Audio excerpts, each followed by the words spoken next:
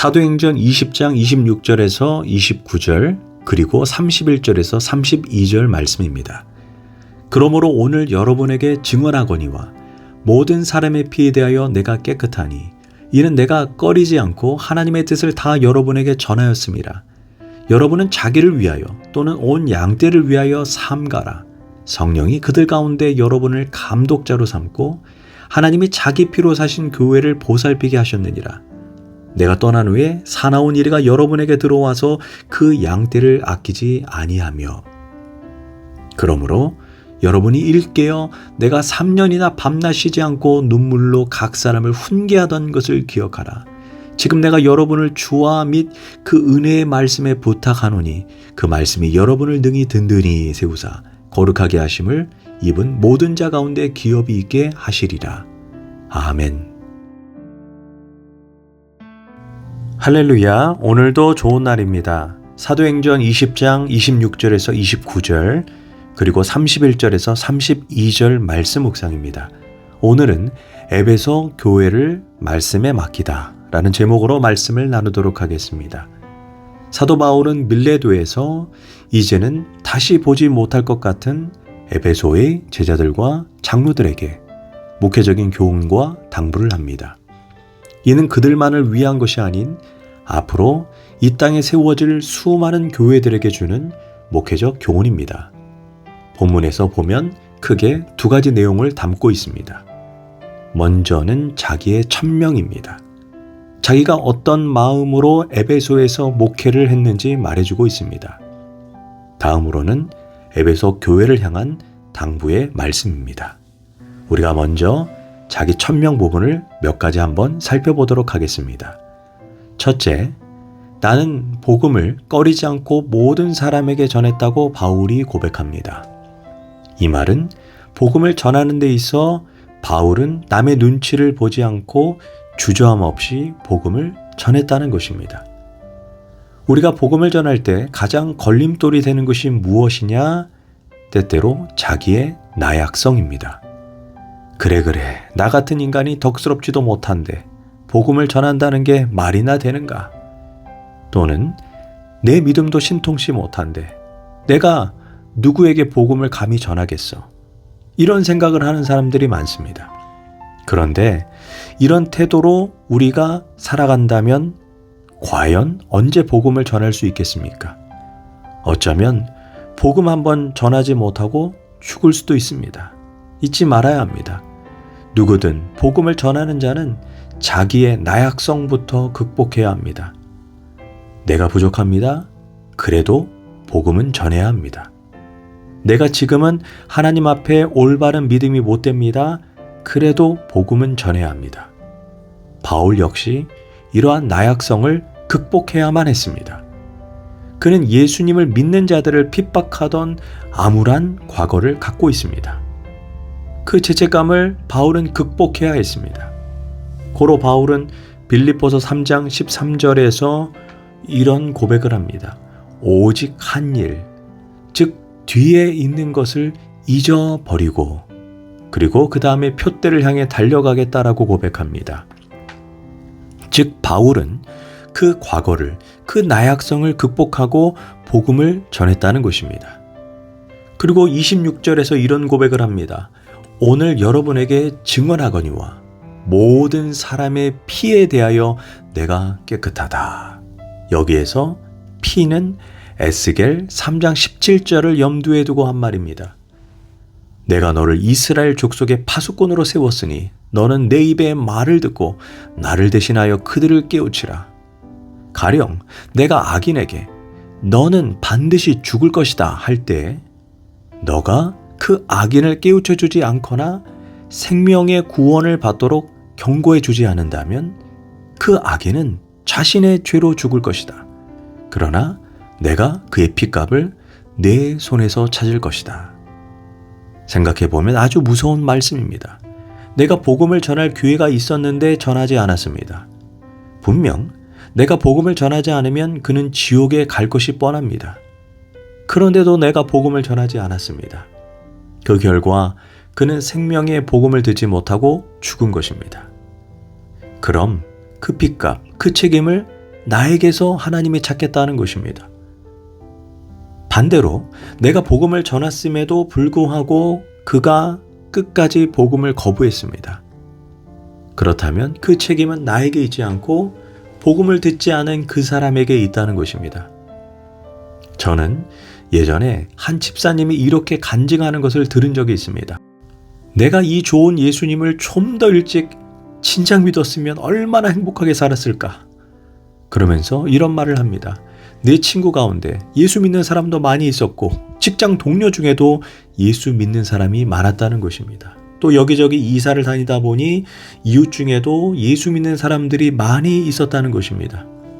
그런데 문제는 오늘까지 날 보고 예수 믿으라고 하는 사람이 정말로 한 사람도 그들 중에 없었다는 것입니다. 그러던 중에 이사를 가게 되었는데 앞집에 사는 이웃 사람이 아주 끈질기게 교회 나가보자고 해서 결국 나오게 되어 예수님을 믿게 되었다는 것입니다. 참으로 감사한 일이다. 이런 고백을 합니다. 그런데 저는 이 간증을 들으면서 우리 믿는 사람들이 얼마나 입도 뻥끗하지 않는 벙어리 성도인지를 진심으로 회개하게 되었습니다. 만약 예수님을 믿으라고 내 친척, 내 이웃, 내 직장 동료에게 한 번도 복음을 전해보지 않았다면 그들의 핏값을 우리가 치러야 할 것입니다. 그러므로 내가 만난 모든 사람은 반드시 나에게 복음을 들어야 합니다. 믿고 안 믿고는 그 사람의 문제입니다. 그런데 바울은 나는 모든 사람의 피에 대해서 정말 깨끗하다 이런 고백을 했다는 것입니다. 바울은 자기가 만난 모든 사람에게 복음을 전했다는 것입니다. 그렇다면 우리는 가정과 친척, 동료, 이웃에 대해 핏값에 대해 정말 깨끗한지 스스로에게 질문해 봐야 합니다. 이제 두 번째 부분을 보겠습니다. 35절에 보면 나는 범사에 너희들에게 본을 보였다 이렇게 말씀합니다. 그러면서 34절에서 내가 아무의 은이나 금이나 의복을 탐하지 않았다라고 말합니다. 즉 바울은 스스로 나는 탐심이 없었다. 내 마음이 깨끗했다라는 것입니다. 하나님의 일을 하는 사람은 탐심이 없어야 합니다. 우리가 탐심이라고 하면 꼭 물질에 대한 것만 생각하지만 그 의상의 의미가 있습니다. 우리가 주를 위해 수고합니다. 구제하고 봉사하고 헌신합니다. 그런데 자기도 모르게 누군가에게 인정받고 칭찬받고 박수받기를 간절히 원합니다. 그리고 누군가 나를 알아주지 않으면 마음에 섭섭함이 들어옵니다. 사실 그것도 탐심입니다. 우리는 하나님의 일을 깨끗한 마음으로 아무 보상을 바라지 않는 마음으로 감당해야 할 것입니다. 그리고 35절에서 바울은 주는 자로서의 본을 보였다고 말합니다. 그는 될 수 있는 대로 한 가지라도 더 주려고 했습니다. 복음을 주고 생명을 주고 은혜를 주고 사랑을 주었습니다. 곧 주는 것이 받는 것보다 복이 있다 하신 예수님의 말씀을 따라서 살았다는 것입니다. 항시 사람은 줄 때 자유함이 있습니다. 베푸는 자만이 행복합니다. 섬기는 자만이 기쁨이 있습니다. 될 수 있는 대로 우리는 섬김을 받으려는 자가 아닌 주려고 하는 사람이 되어야 합니다. 이제 바울은 아주 중요한 마지막 당부의 말씀을 합니다. 첫째, 양떼를 잘 돌보라고 당부합니다. 28절입니다. 자기를 위하여 또 온 양떼를 위하여 삼가라. 성령이 여러분을 감독자로 삼고 하나님이 자기 피로 사신 교회를 보살피게 하셨느니라. 여기에서 삼가하라 이 말은 잘 보살펴 주라는 것입니다. 그런데 먼저 자기부터 잘 보살핀 이후에 양들을 잘 섬기라고 당부합니다. 이 말인즉 지도자가 먼저 자기 성찰을 해야 한다는 것입니다. 자기에게 생명이 없는데 어떻게 남에게 생명을 주겠습니까? 자신이 기도하지 않은데 어떻게 남에게 기도하라고 말할 수 있겠습니까? 자신이 성령 체험을 해보지 못한 사람이 어떻게 남에게 성령의 능력을 말할 수 있겠습니까? 내 안에 말씀이 없는데 남에게 말씀을 전할 수 있겠습니까? 고로 자신을 잘 성찰한 이후에 양떼를 잘 돌보라는 것입니다. 그런데 주의 일을 하는 감독자는 누가 세웠습니까? 사람이 투표해서 청빙해서 세운 것 같지만 하나님께서 양들을 돌보도록 직접 세워주신 것입니다. 그것도 예수의 핏값으로 사신교회를 관리하고 돌보도록 임명한 것입니다. 얼마나 소중한 사명입니까? 그런 거로 교회를 섬기는 데 있어 삼가라, 즉 잘 보살피고 깨어 기도하라는 것입니다. 둘째, 29절입니다. 이단들로부터 교회를 잘 지키라고 당부합니다. 특별히 바울은 내가 떠난 후에 사나운 이리가 여러분에게 들어와 교회를 어지럽힐 것을 경고했습니다. 양떼를 돌보는 데 있어 가장 경계해야 할 것이 사나운 이리, 즉 이단이 교회 안에 들어오지 못하게 해야 합니다. 사나운 이리라는 말은 양의 가죽을 썼다는 것입니다. 사나운 이리는 절대로 자기 본질을 처음부터 드러내지 않습니다. 숨깁니다. 아주 그럴듯하게, 아주 친절하게, 천사의 모습으로 마치 나의 마음을 다 이해해 주는 것처럼 이단들이 들어오지만 사실 그 마음속 깊은 곳에 우리의 인생을 도둑질하고 죽이고 멸망시키는 존재입니다. 고로 이단으로부터 성도들을 지키는 방법은 목회자가 성경을 철저히 연구하고 바른 말씀, 바른 신학으로 좋은 꼴을 성도들에게 지속적으로 먹여야 합니다. 마지막으로 바울이 은혜의 말씀에 여러분을 맡긴다라고 말한 이후에 헤어집니다. 사실 말씀 그 자체가 능력입니다. 내가 처음에는 하나님의 말씀이 잘 믿어지지 않을 수도 있습니다. 그러나 계속 듣다 보면 어느덧 내가 말씀이 믿어지고 순종하게 됩니다. 그러나 어느 선을 넘으면 이제 말씀이 나를 지배하고 말씀의 능력이 내 생각, 내 운명, 내 의지를 다 지배해 버립니다.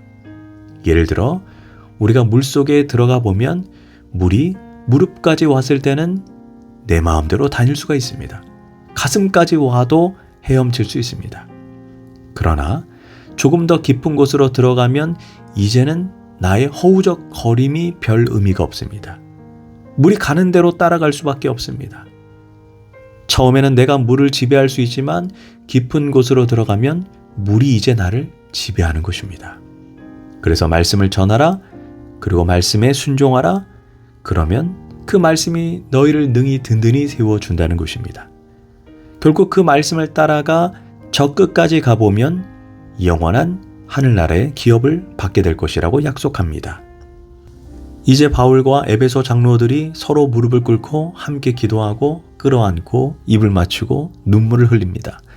이제는 다시 이 땅에서 만나지 못할 수도 있습니다. 그러나 우리 믿는 사람의 헤어짐은 영원한 천국에서 다시 만나기 위한 잠깐의 헤어짐일 뿐임을 기억해야 합니다. 기도하겠습니다. 하나님, 바울과 에베소 성도들처럼 진실한 만남이 되게 하소서. 서로를 깊이 사랑하고 인격적 교제를 통해 죄종과 성도가 함께 천국을 향해 걸어가게 하소서. 예수님의 이름으로 기도합니다. 아멘.